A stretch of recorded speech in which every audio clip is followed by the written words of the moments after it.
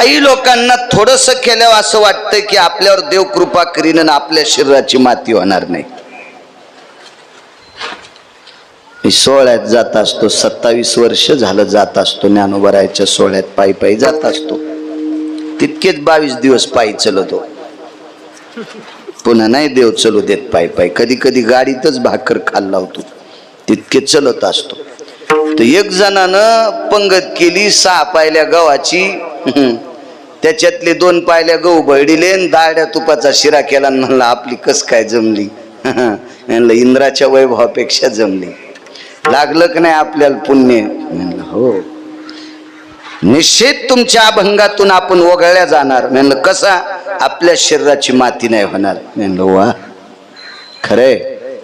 M तुमचं अक्षर खोडून टाकलं, त्यानं फुल्ली हाणली तुमच्या नाव, नाही का? तुम्हाला नेणार नाही. असे गंडलं येतात काही काही माणसाला. कोणाला पंक्तीचं गंडल येतं, कोणाला दान धर्माचं गंडल येतं, कोणाला काही केल्याचं गंडल येतं. हे गंडलं बेकार असते बघा. गंडलं आले की ऑपरेशन करावं लागत असतं आनंदराव वागीकर म्हणून गंडलं येऊन. आणि काही काही गंडलं तर लय बेकार आहेत, घेऊनच जाते. अशी गंडलं नाही आले पाहिजे अहंकाराचे. तिळ मात्र जरी होय अभिमान, मेरू तो समान भार देवा. अहंकार नाही चालत बघा. सर्वसामान्यांना अहंकार म्हणता आम्ही जाणार नाही. किती मोठी व्यक्ती, एक महान वैराग्य संपन्न, तत्वनिष्ठ चारित्र्य संपन्न, परमार्थातलं मेरू सारखं शिखर असणारा वारकरी संप्रदायातले फार मोठे एक अधिकारी महात्मा होते. निवासस्थान पंढरपूरला त्यांचं असायचं. त्या परिसरात एक सप्ताह होता. जुन्या काळातली कीर्तनकार, पायी पायी यायची माणसं. रस्ते अशी नव्हते वागीकर. धोत्रवरी खोसायचे, चिखलात काट्या कुठे बुट हातात धरून चालत यायचे. शिस्तीतली लोक होती, शिस्तीतली परमार्थाची नियम सांभाळणारी माणसं होती. आता वाटत असेल विठ्ठल बुवा आपल्याला आपल्यामुळे परमार्थ चालतोय. नाही, गोष्ट चुकीची आहे. बाळू महाराजांनी शानपणा करायचाच नाही. मी कीर्तन करतो लय फिरायलो. अरे मागच्यानी परमार्थ निष्ठेनं जोपासला बाळ्या, म्हणून तुला आता कीर्तन करता येते. तो मागच्याला महत्व दे. आता टपराच्या गाडीत बसायला म्हणून शहाणपणा करतो का? नाही, मागच्या लोकांना महत्व द्यायचे. 40-50 वर्षापूर्वी जी सप्ते होत होते वागीकरजी, त्या सप्त्यात कशाची बुंदी होती हो दयानंदराव? कशाचा शिरा आला चेअरमन काका? कशाचा शिरा आलाय? अहो कन्या, आंबाड्या, घुगऱ्या, आंबील काहीतरी असायचं. श्रद्धेनं कीर्तन करायचे. कीर्तनकार गाथ्याच्या भजनाला उभा राहत होता. मी पाहिलं आपल्या इथं लहानपणी. माझ्या गाथ्याच्या भजनाला कीर्तनकार असे नाचून गाथा म्हणायचे. नाचून नाचून गाथा. काय तो आनंद होता. हो. आता एखाद्याला म्हणलं तू काकडा म्हणणं, मी काकडा म्हणायच्या लायकीचा आहे का? मग तू काकडा म्हणत नाहीस ना, पाकिस्तान्या तुझ्या झोपीत बोकंडीवर भिताड पडन. विठाला विठाला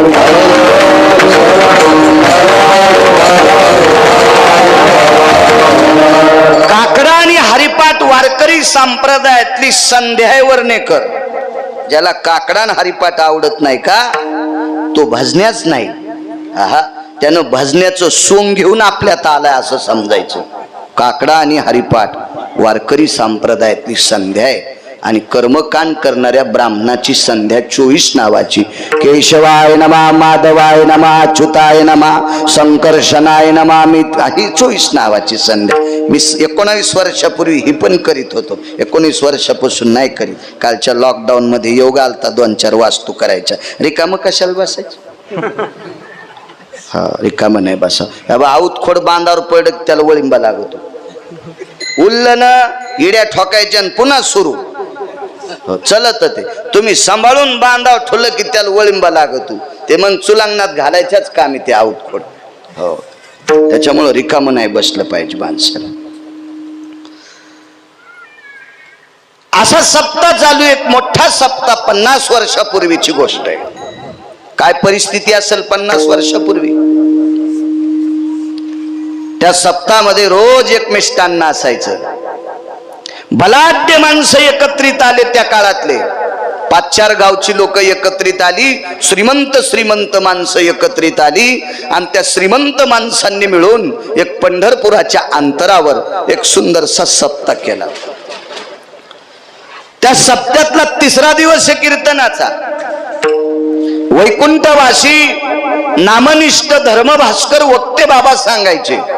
मी प्रवचनात त्यांचा निर्वाळा ऐकला चातुर्मासामध्ये पंढरपूरला वक्ते बाबांचा. सप्ताहातला 3रा दिवस, सप्ताहातले कीर्तनकार आले, गात्याचं भजन आटपलं, पंक्तीला जेवले. काय लोक होते. ज्या बाईची चप्पल पाल भेटत नाही ती बाई विठ्ठल भाऊ आपल्याला तूपवाडी ती भातावर पाटाला रांगोळ लावती, समय लावती ना आपल्याला जेव घालती. तरी काही माणसं त्या पाटावर जेवायचे नाही, ह्यात पाकिटावर हॉटेलीत खातो डोक्कर. बोकांडीवर पाप पडत. आपल्याला जर कोणी नाही खाऊ घातलं तर जेवा, पण आपल्याला जर कोणी श्रद्धेनं जीव घालत असेल, आदरानं जीव घालत असेल, तर त्या आदराच्या जेवणामध्ये अन्नपूर्णेचं वास्तव्य असतंय. आणि दिलेल्या पाकिटाचा गग्गा येतो, गंडल येतून त्याच्यावर हॉटेलीवर जेवतो, किडे परतील तोंडात. याचं कारण सांगू का तुम्हाला? आपल्या बापदाद्यानं श्रद्धेनं आपल्याला प्रॉपर्ट्या ठेवल्या, पोटाला कसा आवडला. ते कोण्याही नालायक ठिकाणी फिरायला गेले नाही, त्यानं कुठलंही वाईट काम केलं नाही, आपल्यासाठी संपत्ती कमवून ठेवली आणि पुढच्या अपत्यानं ती वाईट कामासाठी जर खर्च केली असेल तर स्वर्गातून त्याचा शाप लागतंय. शाप. हा झाली संसारातली कथा. मागच्या लोकांनी परमार्थ शिस्तीत सांभाळलाय देवाचा नियम. ही संप्रदायाची पताका त्यांनी आडवी तिडवी होऊ दिली नाही, सरळ सांभाळली. ज्ञानोबराय तुकोबरायच्या सोहळ्यात अशी काही माणसं आहेत, महात्मे येतं. ज्ञानोबरायच्या पादुका पालखीत बसल्या, तुकोबरायच्या पादुका पालखीत बसल्या की ते उभे राहतेत आणि ठेप्याला, दुपारच्या जेवणाला, संध्याकाळच्या विश्रांतीला पालखी खाली टेकली की ते माणसं जमिनीवर बसतेत. ज्ञानोबरायच्या पादुका खाली टेकेपर्यंत जमिनीवर सुद्धा बसत नाहीत. असे निष्ठावंत वारकरी या महाराष्ट्रात आहेत आणि त्या वारकऱ्यांमुळं आम्हाला कीर्तन करता येते. आणि आम्ही जर संप्रदायाचे नियम मोडले तर निष्ठेनं परमार्थ करणाऱ्या वारकऱ्यांचा आम्हाला शाप लागेल आणि आमचे संसार उभे जळतील. विठाला विठाला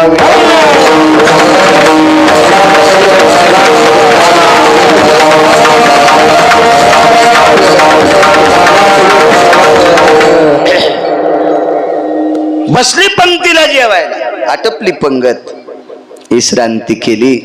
5 वाजता हरिपाठ सुरू झाला. हरिपाठ तिकडं चालू असताना महाराज बैठकीत होते, कार्यकर्ते बोलत होते. त्यांना सप्ताहाची आयोजक कमिटी बोलत होती. शरीराची होय माती सांगतोय. तेवढ्यामध्ये आचारी आला, स्वयंपाक करणारा आचारी होता सप्त्यातला. ते देशी पेत नव्हता, चांगला आचारी, माळकरी आचारी होता, सात्विक सदाचारी आचारी होता. आम्ही 1-2 कार्यक्रमाला, म्हणजे मी नाही, 1-2 लग्नाला आम्ही आचारी लावला. जिलेबी लिहिली स्वयंपाकात, सगळं आणलं, मैदा लावलाच नाही. रातच्याच प्याला तो. आणि पहाट नुकती तळली तर शेंगुळ्यावानी दाणे झाले, गोल केलेत नाही. म्हणलं अशी नुकती कस काय, हिला लंबा दाना म्हणतात ना. पेलेलं होतं ते. काय चालतंय त्या टायमाला, काय करणार आहेत आपण त्याला? का हाणावं का मारावं का ठोकावं का काय करावं? काय चालतंय आपलं त्याच्यात? काय सगळे नसतेत म्हणा असे, काय चांगले लोक आहेत. हो, सात्विक सदाचारी. किती सदाचारी आचारी लक्षात घ्या. कार्यकर्त्यांना सांगितलं, दादा, बाबा, काका, अण्णा, तात्या, आबा, भाऊसाहेब, नानासाहेब, उद्याची एका पंचांगानं एकादशी सांगितली आणि एका पंचांगकर्त्यानं उद्याची 10वी सांगितली. मग नेमकं मी काय करू? कार्यकर्ते म्हणले, मूर्ख आहेस की काय? वजनदार लोक होते ना ते. आचार्याला म्हणले, येडपटेस का काय रे? 10वी असेल तर मिष्टान्न कर आणि एकादशी असेल तर फराळाचं कर. अहो, अडचण तीच आली म्हणे.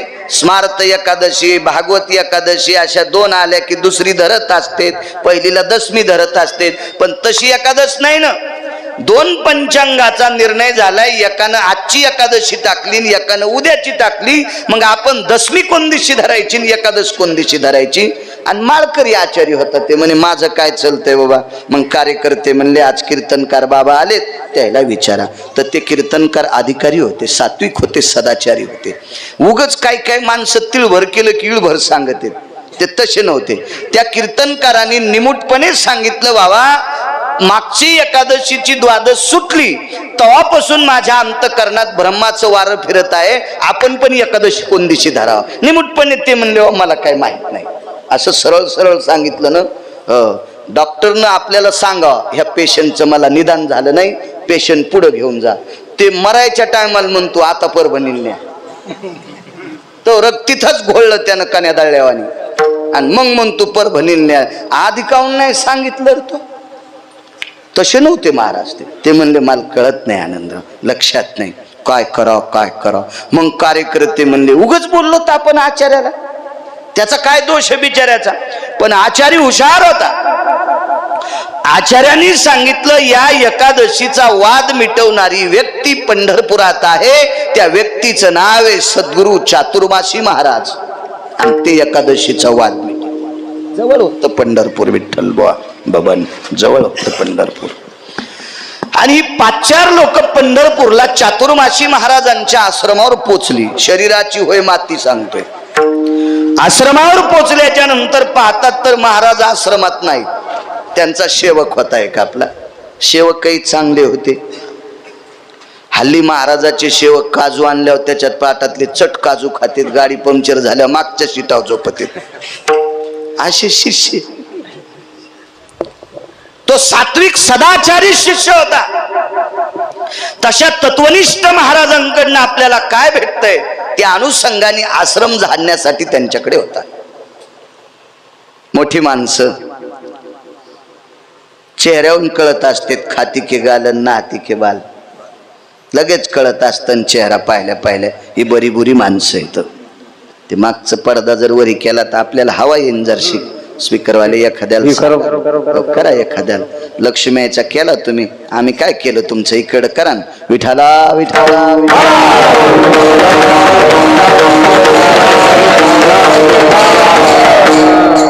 बसायला बोऱ्या चटई काय असेल ती टाकली, नमस्कार केला, पाणी वगैरे दिलं. काय महाराज कुठे आहेत? कुठंतरी कार्यक्रमाच्या निमित्त गेलेत. फोन नव्हते, काय नव्हते. कोण्या गावाला गेलेत? ते म्हणलं आपली काय ताकद आहे त्याला विचारायची. गेले ते. बर बर येतोत आम्ही. महाराजाच्या या शिष्यानी, आश्रम झाडणाऱ्या शिष्यानी त्या 5-10 श्रीमंत लोकांना, त्या सप्ताहाच्या आयोजकांना विचारलं काम काय होतं दादा? अरे उद्याची एकादशी आहे का उद्याची दशमी याचा संभ्रम झालाय आम्हाला, आणि ते विचारायला महाराजाकडे आलतो. बर मग आमचे महाराज जे सांगतील त्या दिवशी एकादशी त्या दिवशी दशमी तुम्ही धरणार का? हो म्हणले. आमचा विश्वास आहे चातुर्मासी महाराजाव. चातुर्मासी महाराज म्हणले उद्या एकादशी आहे, आम्ही उद्याची धरू. ते म्हणले उद्याची दशमी आहे, उद्या मिष्टान्न करू म्हणले आम्ही. मग तुमचा विश्वास आमच्या महाराजावर आहे ना, मग आमचे महाराज एकादश धरायला पंचांग पाहत नाहीत.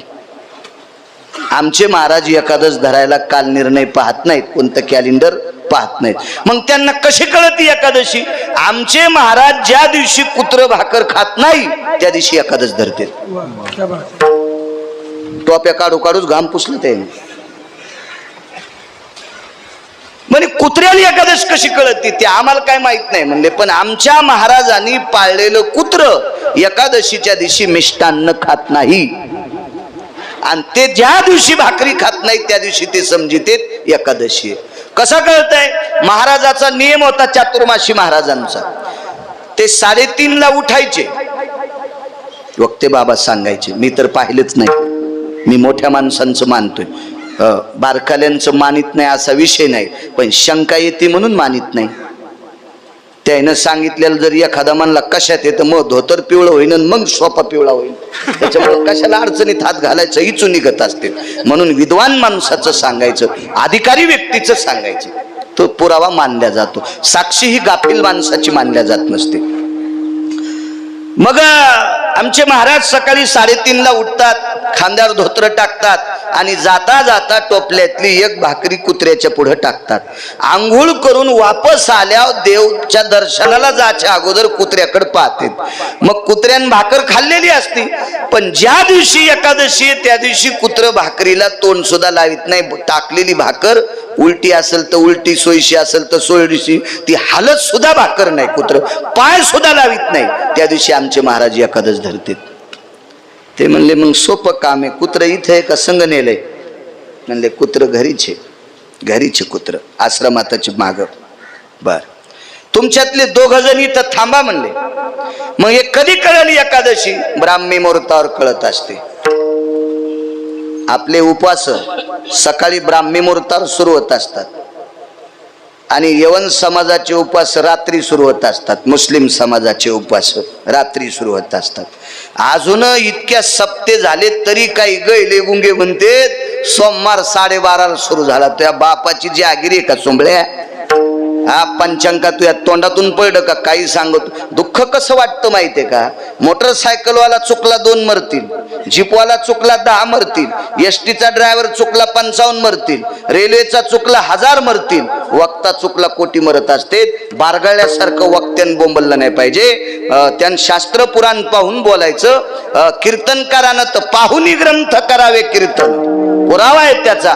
कीर्तन हे ग्रंथ पाहून कीर्तन करायचं असते. भंगाऱ्या भोंगाऱ्याचं ऐकून त्यानं कीर्तन नाही करायचं. या माणसांचा विश्वास असतो. इथं समोर बसलेला एक एक माणूस 1000 गिरगावकर आवताला झुपील असे तुम्ही श्रीमंत माणसं पुढे असतात. असं नाही समजायचं कीर्तन करायचं मी लय शहाण आहे. बिलकुल नाही. तुझ्या शहाणपणामुळं पाप होईल एखाद्या वेळेस बाळ्या. म्हणून वाचून सांग जाय विठाला विठाला विठाला. काही माणसाला म्हणलं ना आता जेवा, नाही शनिवार लागला, जेवा, नाही सोमवार लागला, नाही आता एकादश लागली. कशी लागन रे बैंगान्या? कशी लागन एकादश? आपली एकादश, आपला सोमवार, आपला शनिवार, आपला प्रत्येक उपवास 4 वाजून काही मिनिटाला सुरू होत असतो, तर दुसऱ्या दिवशी 4 वाजून काही मिनिटाला संपत असतो.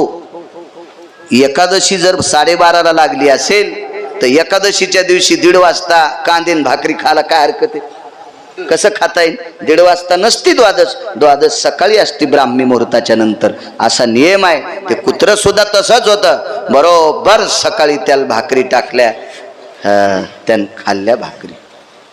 अरे म्हणले आजची दशमी. पण त्याच्यातला कार्यकर्ता एक जरा चरबट होता. असतेत ना, असतेत काय काय.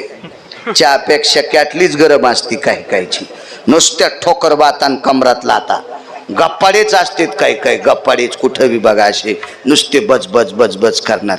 द्या घ्यायचा काही विषय नसतो. असे काही काय असते. मग योग असा आला. ते म्हणले उद्या जर भाकरी खाल्ली तर? तो सेवक म्हणला वाघीकर, कुत्र्यानं आज भाकरी खाल्ली म्हणजे दशमी, आणि उद्या जर भाकरी खाल्ली तर तुमच्या सप्तात फाशी घेतो. याच्या पलीकडे काय साक्षी वाटायची? आले 2-3 माणसं. गावरान तूप लावलेल्या चपात्या टाक, खीर टाक, काही टाक. कुत्र्यानं खाल्लंच नाही. बळच त्याच्या माग वाटी घेऊन पळू लागले. कुत्र्यानं तोंड तर बंदच केलं, पण डोळ्यातून पाणी आलं. याचा अर्थ सप्ता करणाऱ्या कुत्र म्हणत होतं, अरे 2-2 पायाचे कुत्रे एकादश धरीत नाहीत, पण 4 पायाचं कुत्रे एकादश धरायले, तुम्ही मग एकादश काऊन मोडायला?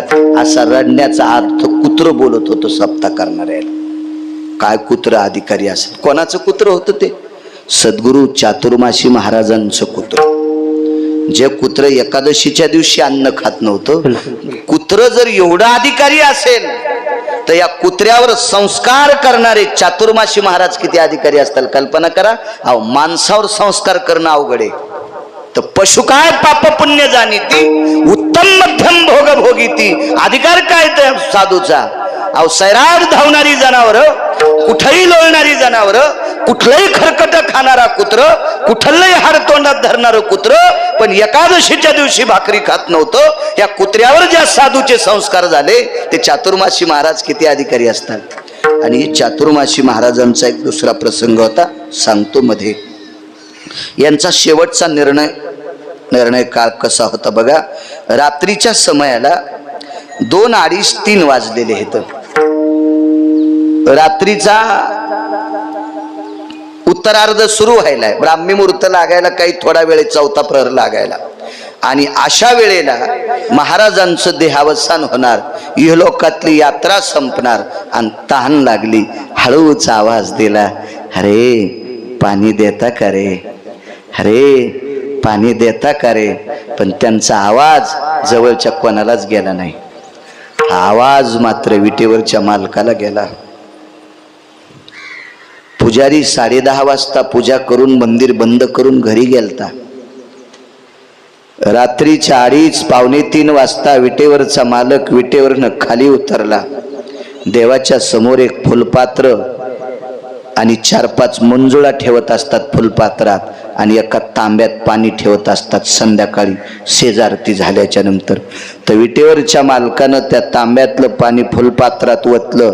विटेवरनं खाली आले, चातुर्मासी महाराजांच्या आश्रमावर आले आणि चातुर्मासी महाराजांच्या तोंडात पाणी टाकलं आणि विटेवरचा मालक वापस केला. पुजाऱ्याने सकाळी मंदिर उघडलं. आनंदराव मंदिर उघडल्याच्या नंतर पुजाऱ्याला आश्चर्य वाटलं. आपल्या 2-3 पिढ्या गेल्या, आपण संध्याकाळी मंजुळ ठेवतो पण सकाळी मंजुळ सापडती, त्याच्यातल्या 2-3 मंजुळा गायब झाल्या, हरवल्या. कुठं गेल्या असतील? मंदिर तर मी लावलंय, मंजुळा मी ठेवल्या होत्या, मंदिर बंद करून मी गेलो, मंदिराच्या चाव्या माझजवळ आहेत, मंदिर मी उघडलं, मंजुळा कुठे येतात? तर 10-20 मिनिटामधून काकडा चालू होता मंदिरात. त्या वारकऱ्यांना सूचना करण्यासाठी चातुर्मासी महाराजांच्या मठातून एक वारकरी पळत आला आणि त्यानं त्या काकडा करणाऱ्या वारकऱ्यांना सांगितलं, आमचे बाबा गेले आमचे बाबा. सर्व वारकऱ्यांना दुःख वाटलं. ते वारकरी संप्रदायातले आधारस्तंभ वड होते, सगळ्यांचे डोळे पाणावले. पण त्या सेवकानं एका वारकऱ्याला सांगितलं, आम्ही उठल्यावर बघितलं तर त्यांच्या तोंडात मंजुळा होत्या. हे पुजारी ऐकत होता.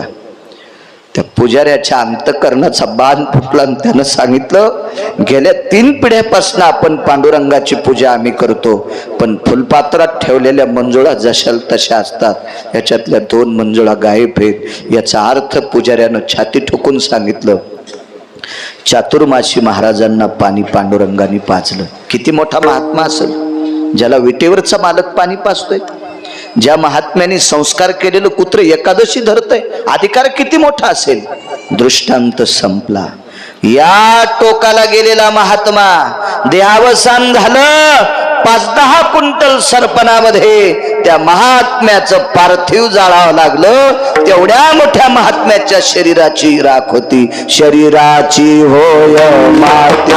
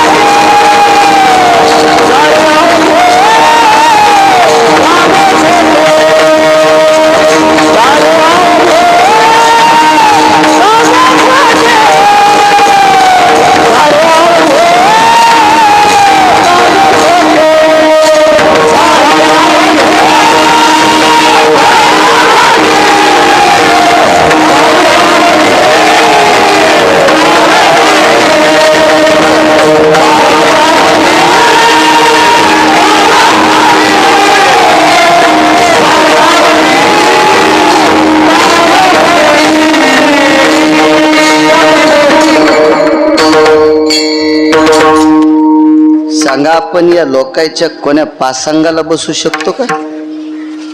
यांच्या तळपायाच्या मातीची तरी आपण बरोबरी करू शकतो का रे लखन? नाही नाही नाही नाही. या लोकांच्या शरीराची माती आहे. आपली काय कथा आहे राजा? आणि नावेत बसण्याचा विचार केला. काम्या किती बेकार आहे. एका मिनिटानं काम्यानं सगळं नासून टाकलं आणि हा काम जिंकला की नराच्या यादीत येता येते. आधारीव साधू या देशातला गंगेच्या तीरावर आवाज दिला, रे पलीकडे जायचंय. बसा महाराज.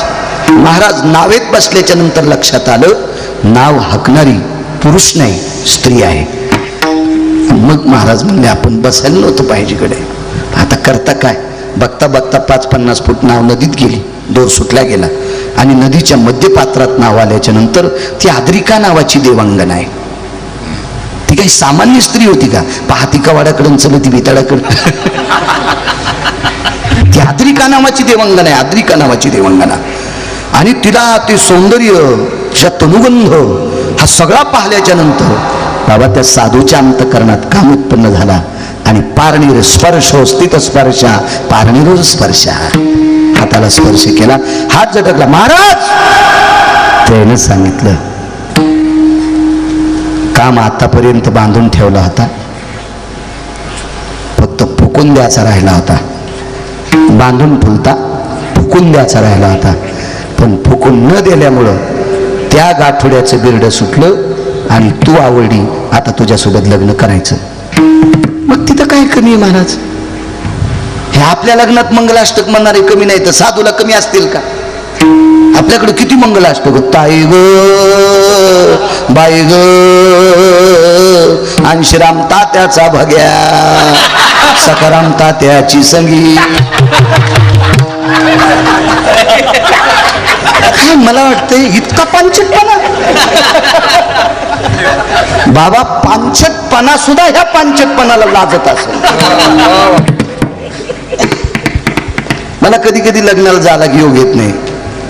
संभाजी बाबा आपण अण्णांकडे गेलतो त्यांच्या कार्यक्रमाला जालन्याला. वेळेत वेळ काढून अण्णांचा लय आग्रह गेलो. पण मी ज्या लग्नात गेलो त्या पोराच्या बापाला सांगत असतो, बाबा मी लग्नाला बसलो ना तर मंगलाष्टक चांगले म्हणायला लाव, नाही तर उगा आमच्या थोतरीत चपला नको रे आणून.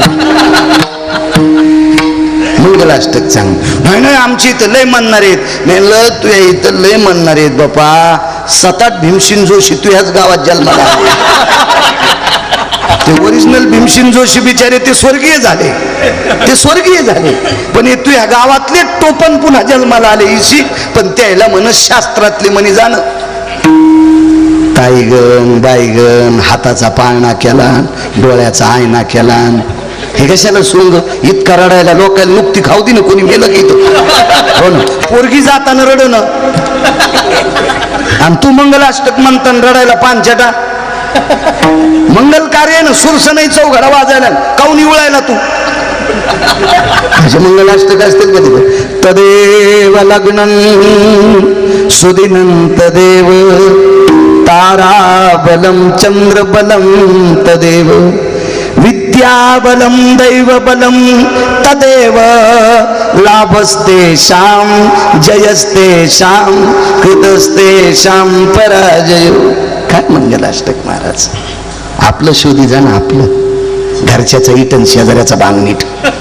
कशाने मानकुडाव घ्यायचं? जाईन ना मानकुड मोडून.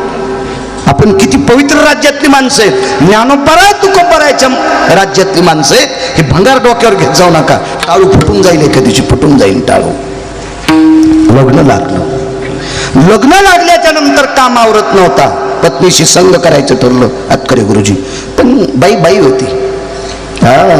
माझ्या वारकरी संप्रदायानं तुम्हाला देशाची श्रीमंती म्हणून बाल केले ना, याच्याकरता केलंय. तुम्ही इतके पवित्र आहात की तुमचा पवित्रपणा मोजण्यासाठी विधात्याकडे तर अजूनही माझ्या माईने इतक्या पवित्र आहात. बाई किती पवित्र बाबाजी. तिनं काय सांगावा? तिनं सांगितलं मालक मी तुमची अर्धांगिनी झाली. या शरीरावर तुमचा पुरेपूर अधिकार आहे.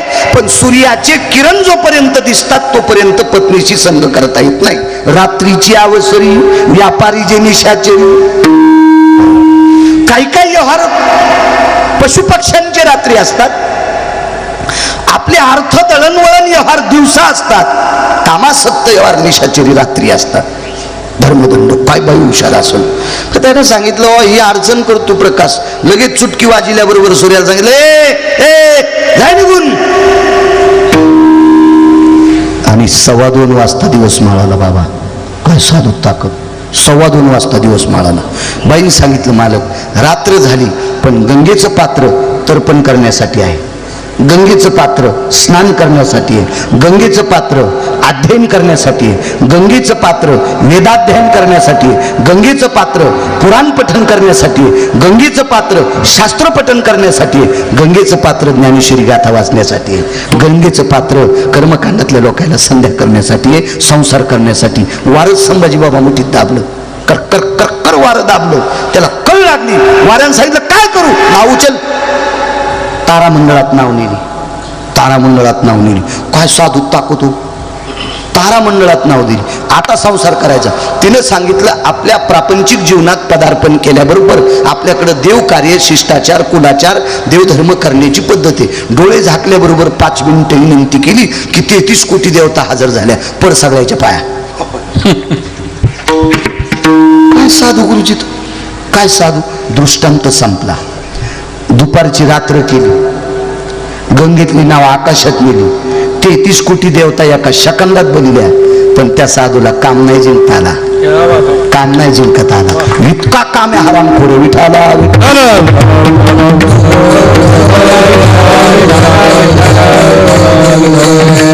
त्या साधूचं नाव आहे मुनिश्री पाराशर. पहा किती काम आहे. किती अवघड आहे. किती अवघड काम आहे. आणि ज्यानं काम जिंकला का ती मात्र नराच्या यादीत. 2 प्रसंग सांगतो बाबा आज फक्त. दोन. एका मुलाचं लग्न झालं.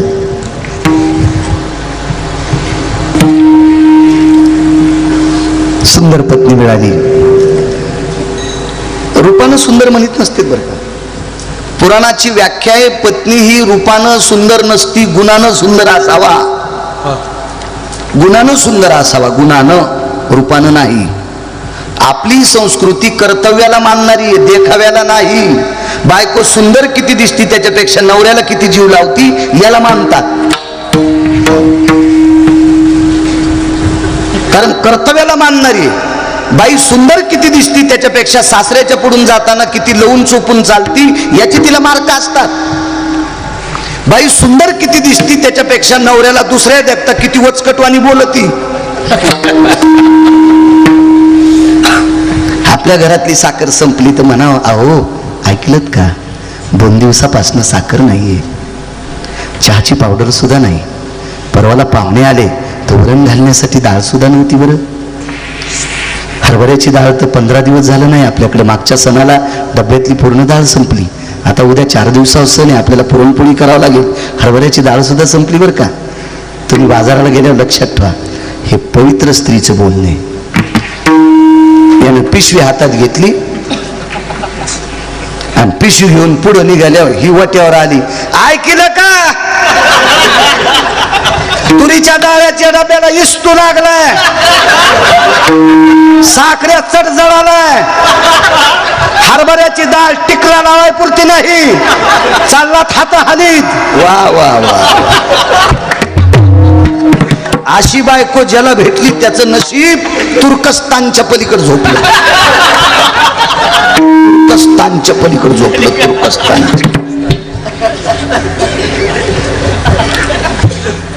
दळेकरांना घोडीवर कोण्या बसावं. घोडा असू घोडी असू कोण्या बसावं. आता इथं घोडं बांधलेले संस्थांचं. संभाजी बाबा काही घोडे गायीपेक्षा गरीब पण वरी बसल्यावर असे चलत येत. आलोच म्हणते. 4थ्या दिवशी अस्थिरोग तज्ञाकडे जाऊन मनका नीट करून यावं लागतं. असे काही काही घोडे मनकेत ढिले करते. आणि काही घोडे इतके गोड, पहिली चाल मधली चाल आणि तिसरी चाल अशी घोडी घेतली मी एक. 3ही चाली नंबर 1 पण तिला 4थी खोड होती मला माहीतच नाही. पहिल्या चालीन चालायची, मधल्या चालीन चालायची, तिसरी चाल 51-52ची स्पीड मोटरसायकलची. तांब्या सांडत नव्हता असली घोडी. पण तिला एक खोड होती, लॉंग कळलेल्या बोरी खालून जात होती.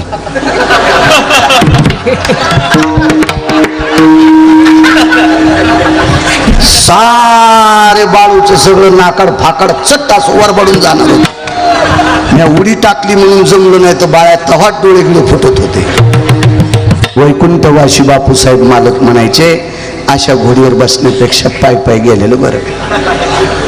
आयंदळ घोडीशे पायंदळ भला, आयंदळ घोडीशे पायंदळ भला, आणि अवकुशल बायकुश रणका भला. हे तुम्हाला मराठवाडी भाषेत सांगितलंय. करकसे संगते, करकसे संगते, करकसे संगते, करकसे संगते. दुःख उदार भाजती, दुःख उदार भाजती,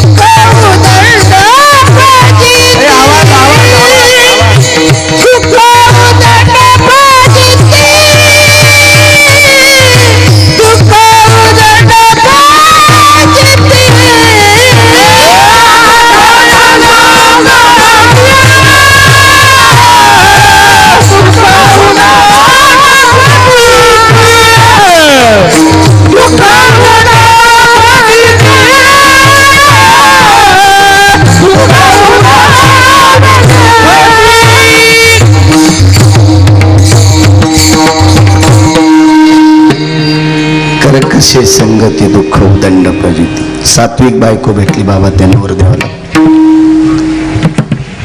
सात्विक भेटली, सात्विक सदाचारी भेटली, पुण्यशील भेटली, पावन भेटली. माझ्या माईनं राग येऊ दे नका गिरगावच्या बाळ्याचा. घरातल्या लोकांवर प्रेम करणारी स्त्री लाखो पंढरपूरच्या वाऱ्या केल्याचं पुण्य तिला प्राप्त होते. तिला काही गरज नाही कुठं जायची. मालकाचं दिवसात एकदा दर्शन घ्यायचं, सासू सासऱ्याच्या नाही पाया पडी तर फक्त टायमाला जेवायला देत जा, आणि लेकरायला चांगले संस्कार लाव. अशी बाई ज्या घरात असेल त्या घरामध्ये सगळ्या देवता नांदत असतात, सगळ्या देवता नांदत असतात.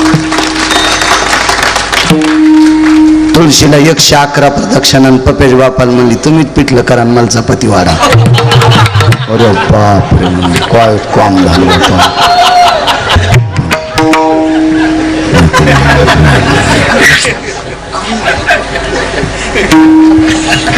एक दुसरी गोष्ट सांगू माझ्या माईनो, तुम्ही सुधारणं गरजेचं आहे.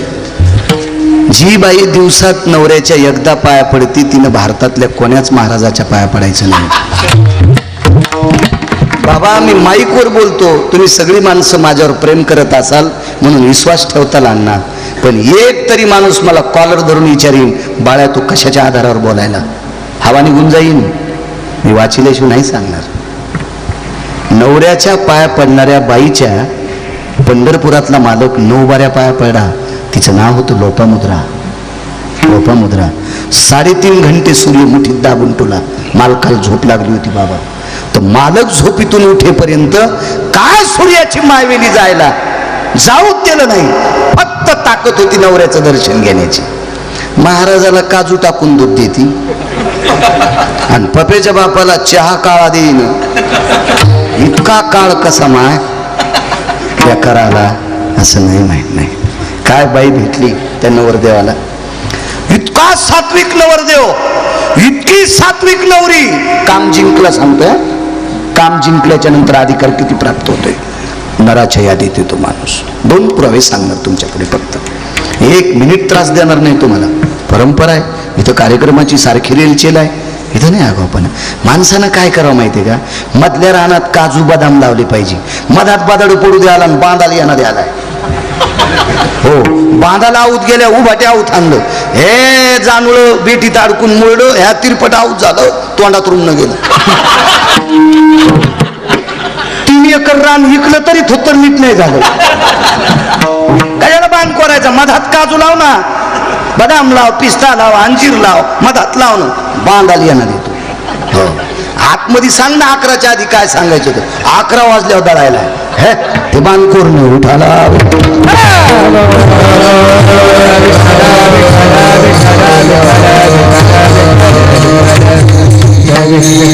लग्न झालं, मांडव परतनीला मुलगी गेली.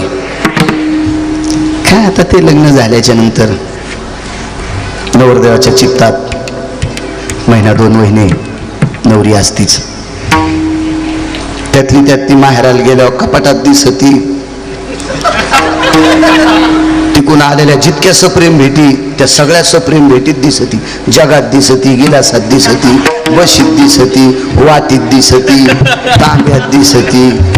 कारण ते तिकून आलेल्या असतात ना त्या फुकट्या वस्तू, त्या सगळ्या वस्तू दिसती तिकडे गेल्यावर.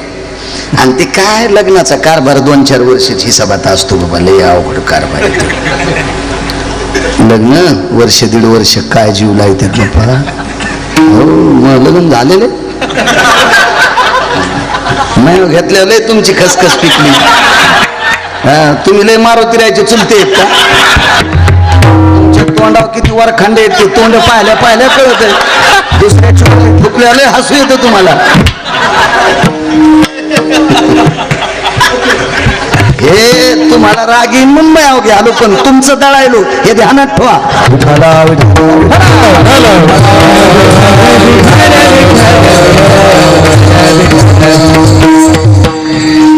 1-1.5 वर्ष बापा काय जीव. थकून आलात का? हातपाय दुखतेत का थोडेसे? चोपून देऊ का? गरम पाण्यानं धुता का? थोडा आराम करता. लाईट गेली, मी वारा घालू का? म्हणलं कायमचा नको घालू.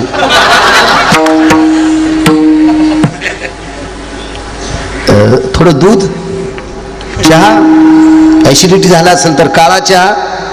हे संसार सुरुवातीला इतका गोड आहे की साखरेच आळ, इतका संसार गोड. आणि त्या संसारात एखादं पोरग नाही तर पोरगी व्हावा, 50% तुकडाच. अर्धा आळ मातुड्याच होते. 50% प्रेम नवऱ्यावर आणि 50% प्रेम पोरावर. आणि पोरग मोठं होऊन आणणं त्याला पोरग व्हा. 50% प्रेम नातवावर आणि 50% प्रेम पोरावर. मथाऱ्याच्या आणि कुत्र्याच्या आखाड्यावर भाकरी संगच. हो, कधी कधी म्हातारं चुकून कुत्र्याच्या खातं याच्या कुत्र्याला देत. कशा हसत बघा. मी नाही सांगत फलकट तो संसार येथे सार भगवंत. देऊतल्या मालकांनी सांगावा हा प्रपंच फलकट आहे. महाराज या फलकट प्रपंचात गुरुवर्य बाबा तो नवरदेव पडला. नवरी माहेरी गेलेली होती. आईला विचारलं, आई आजी येणार होती ग?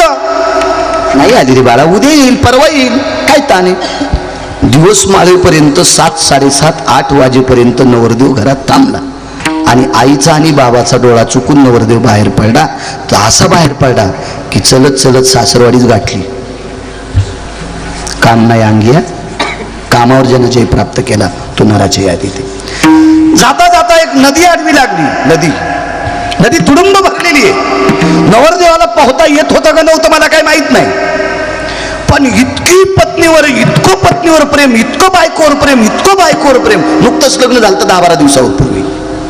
धाड दिशी उडी टाकली नदीत. मला असं वाटतं जीव जाण्याच्या भीतीने हातपाय हालीतच माणूस. बऱ्यापैकी हातपाय हालीले. अर्ध नदीचं पात्र पार करता आलं. पण पुढचं पात्र पार करत असताना लक्षात आलं मायबाप इकडं, पातळ चपात्या देणारी तिकडं, आणि आपलं नदीत रामनाम सत हिंडलेलं कजिते. हे नवरदेवाच्या पक्क लक्षात आलं. पण कर्म नो गती एक आधार मिळाला. पाण्यातल्या माणसाला काडीचा पण आधार फायद्याचा असतो. पाण्यातल्या माणसाला तुम्हाला नदीत माणूस जर, आपल्या विहिरीत माणूस जर पडला तर त्याला चांगला माळीचा दोरा, एक जण नुसती माळ सोडायची, तितकी जरी आधार धरली तर तो बुडत नाही. पाण्यातल्याला काडीचा आधार म्हणायची जुनी माणसं. शिकलेली नव्हती पण हुशार होती. त्याला एक आधार भेटला त्या नवरदेवाला. आणि तो नवरदेव त्याच्या आधारानं पलीकडे गेला. गंगा कुठलंही पाणी काही वस्तूला बाहेर फेकून देत असते. फेकून दिलं, पलीकडे गेले. आणि पलीकड नदीच्या पात्राच्या पलीकडे गेल्यावर सुस्कार सोडा, वाट जमलं बापा, नाही तर मरत होतो. पण आधार कशाचा होता? मड्याचा. एक माणूस मेला आणि ते मेलेला माणूस नदीत टाकून द्यालता. अंत्यविधीचा प्रकार आहे बाबा आपल्याकडं. भारत देशामध्ये पुराण प्रणालीमध्ये 3 अंत्यविधी आहेत. एक मातीत टाकणे म्हणजे पुरणे, इस्तवात टाकणे म्हणजे दहनविधी, आणि उत्तर भारतामध्ये प्रेत जर नद्या तुडुंब भरलेले असतात तर त्याला सदाव्रत नावाचा विधी म्हणतात. त्याला पाण्यात सोडून देतात आणि प्रेत पाण्यात सोडलेलं होतं. 2-4 दिवसाचं प्रेत होतं, सोडून गेलेलं होतं, कुजून गेलेलं होतं. पत्नीचं प्रेम इतकं दाटून आलं होतं की त्या प्रेमापोटी त्या मऱ्याचं बऱ्यापैकी मांस याच्या अंगाला लागलं होतं, नवरदेवाच्या अंगाला लागलं होतं अंगाला, आणि पलीकडे गेले. पण ते काही कळतच नव्हतं ना, कळतच नव्हतं. कारण इतका भाव वाढला होता, इतकं प्रेम वाढलं होतं, बायकोशिवाय विश्वातलं काहीच दिसत नव्हतं. अहो मरण दिसलं नाही तर बाकी काही दिसत असेल का? आणि मग ती नदी ओलांडून धोधो पुढे पाऊस सुरू झाला आणि सासरवाडीत प्रवेश केला. पण कर्म नो गहन गोती, सासरवाडीत प्रवेश केल्याबरोबर थोडासा पाऊस सुरू झाला. काळोखा अंधार आहे आणि त्या अंधारामध्ये आता काय वाजवा. मोठा वाडा होता, बऱ्यापैकी कडी वाजली, पण कोणी दार उघडायला तयार नाही. वाड्याला येडा घालीत होते. वाड्याला येडा घालता घालता एका अपसवे खिडकीतून, म्हणजे सव्या अपसवे, डावी किंवा उजवी, एका बाजूच्या खिडकीतून एक दोर लोंबलेला होता आणि त्या दोराला धरून ते नवरदेव वरी गेला. वरी गेल्याबरोबर खिडकीतनं आत उडी टाकली. पावलाचा आवाज झाल्याबरोबर सासूबाईच्या लक्षात आलं काय वाजले. जुन्या काळातली सासू होती. तिने दिव्याची वात पुढे केली आणि वातीच्या प्रकाशात पाहिलं तर जावा येत. तिने पटकन भिंतीकडे तोंड केलं, कारण ती जुन्या काळातली सासू होती ना. वाक्य नीट ऐका, ती कोण्या काळातली सासू होती? जुन्या काळातली. एक या भारत देशाची संस्कृती किती पवित्र आहे सांगू माझ्या माईंनो. बाबा तुम्हाला तर खूप अनुभव आले असतील. मी 4453 गाव आहे माझं आजचं. ज्या गावाला पहिल्यांदा जातो ते गाव मी यादीत घेतो. 4453 गावं आजच्यानं पूर्ण झाली. तर बऱ्यापैकी एखाद्या बैठकीत वगैरे असं बसायला भेटल्याच्या नंतर जुन्या माऊल्या दर्शना करता येत असतात, वयस्कर माऊले. त्याच्यातली एखादी माऊली माझ्या आजीसारखी असेल, माझ्या आईसारखी असेल, मग त्यांना आम्ही बसा म्हणावं. बसा म्हटल्याच्या नंतर तिकून सुनबाईनं त्यांच्या चहा, दूध, कॉफी काय असेल ती आणावा. मग आता ती बऱ्यापैकी जे कप सगळ्यांच्या हातात दिल्यावर 1-2 कप उरावा. मी सरळ म्हणावं, आजी घ्या घ्या, माझ्या आजीसारख्या आहेत तुम्ही घ्या, माझ्या आईसारख्या आहेत घ्या तुम्ही घ्या. पण बाबा जरी त्या आजीनं त्या बाईनं हातात कप घेतला तर ती महाराजाच्या तोंडाकडे बघून कधीच चहा पित नाही. ती भिंतीकडे पलीकडे तोंड करणार आणि चहा पिणार. इतकी पवित्र संस्कृती भारत देशाची, इतकी पवित्र संस्कृती. काय श्रीमंत आहात माझ्या माईनं तुम्ही, किती श्रीमंत आहात, किती श्रीमंत. आणि अशी ती जुन्या काळातली पवित्र सासू ती का लगेच म्हणली होती का बाईन जावई कोणी कोण आलात आणि मान कशाचा आलात आणि दरोजा लावेलच होता आणि कोणी कोण उतारलात. जावायला फुकून द्यावा आणि हिला पैठणच्या तळ्यात टाकावा. दोन्ही पानचेटाची कारभारी. जुन्या काळातली स्त्री होती. दिव्याच्या वातीच्या प्रकाशात पाहिलं जावाई. हळूच कुंदपत्या पावल्यानं पाठीमागे माझघरात आली. माझघर सांगता येईल का? किती कीर्तन करा, कीर्तन ऐकल्या सुधारतान. माझघर किती महाराज मेल्यावर पहिली गोळी मला घाला. राणीवासा सांगता येणार नाही, माझघर सांगता येणार नाही. दुसऱ्याची शब्द अंगावर घेतले ना तुम्ही, आपली फुकून दिली शेकत बसली. चला इथून सुरुवात आहे आपली. असू द्या. माझघरात गेल्या. माझघरातून पडवीत पोचल्या, पडवीतून शयन कक्षात पोचल्या आणि हळूच आवाज दिला, रत्नमाला, ए रत्नमाला. काम क्रोध नाही अंगी सांगायला, ए रत्नमाला. काय गाई? रत्नमाला जावई आलेत. डोळे उघडले आणि सांगितलं, ही वेडीस की काय? मध्यरात्र झाली, रात्रीचे 1:30-2 वाजलेत. पाऊस धोधो पडतोय, मोठं दार बंद आहे. कारण त्या वाड्याचं दार उघडत असताना बाबा जी आरगळ होती का आगळ म्हणायची, ही आगळ ओढताना कर कर कर कर कर कर वाजत होती. त्यावेळेला बाहेरच्या 2 वाड्याला आवाज जात होता आणि आगळ काढली नाही, दार उघडलं नाही. आले कसे मालक? आईनं सांगितलं, रत्नमाला, मी फक्त दिव्याच्या प्रकाशात पाहिले. मी काही जावाई बापूंना बोलले नाही, आता तू बोल. संध्याकाळी झोपताना मशाली विझून झोपत होते. ती मशाली पेटवली आणि मशालीच्या प्रकाशात आपल्या पतीला रत्नमालेनं पाहिलं. त्या नवरीचं नाव होतं माझ्या माईनं रत्नमाला. रत्नमालेनं आपल्या मालकाला पाहिलं. विचारलं, मालक तुम्ही आलात? कसे आलात? काही नाही, धोधो पाऊस चालू आहे, पण तुम्हाला दोर सोडला होताच ना. मशालीच्या प्रकाशानं त्या खिडकीकडे गेल्याबरोबर बाबा काळा ठिकर भुजंग होता. सर्प होता, सर्प. अंगाला मेलेल्या माणसाचं मांस लागलेलं होतं. अत्करे गुरुजी, मेलेल्या माणसाचं, मेलेल्या माणसाचं मांस लागलेलं होतं. महाराज, काय पवित्र माऊली असेल ती या महाराष्ट्रात, ती या भारत देशातली. मशाल भिंतीच्या रकान्यात अडकून दिली. मांडी घालून बाबाजी ती बाई नवऱ्याच्या पुढे बसली आणि तिने हात जोडले, मालक, ह्या कातड्याच्या बायकोसाठी जीव मुठीत धरून मड्यावर बसून आलात. ते मड जर हातातलं निसटलं असतं तर आजच्या तिथीला 1 वर्षाला तुमचं पुण्यस्मरण करावं लागलं असतं. वाक्य दुसरं एक वापरलंय, मालक, ते मड हातातून निसटलं असतं तर तुम्हाला बऱ्यापैकी पोहता येत नाही मालक.